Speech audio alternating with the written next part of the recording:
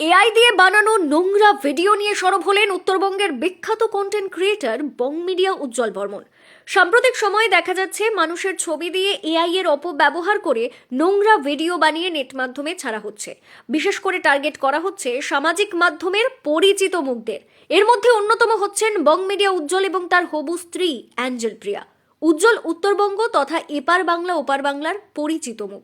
কাজী উজ্জ্বল ও Angel প্রিয়ার video দেখে ভক্তদের মধ্যে একটা আলোচনা বিষয়বস্তু হয়ে উঠেছে বিষয়টি। মুহূর্তেই ভাইরাল হয়ে যাচ্ছে ভিডিওগুলো। পাশাপাশি উত্তরবঙ্গের কন্টেন্ট ক্রিয়েটর শ্রেয়া অধিকারী, প্রীতম রায় সহ একাধিক শিল্পী মুখ ব্যবহার করে নোংরা এআই ভিডিও বানিয়ে সামাজিক মাধ্যমে ছড়িয়েছে কিছু অসাধু ব্যক্তি। আর এই ভিডিওগুলো প্রকাশ্যে আসতেই চক্ষু চড়ক গাছ সাধারণ মানুষের। তবে ভিডিওগুলো যে এআই দিয়ে বানানো তা বুঝতে অসুবিধে হয়নি সাধারণ মানুষের।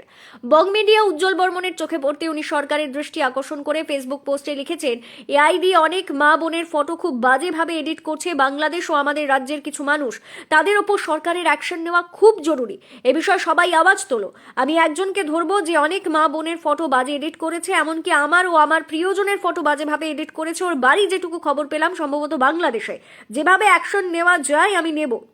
তোমাদের মতামত জানাও। ধূপগুড়ি এক্সপ্রেসের দর্শকদের এ বিষয়ে কি মতামত কমেন্ট করে জানান।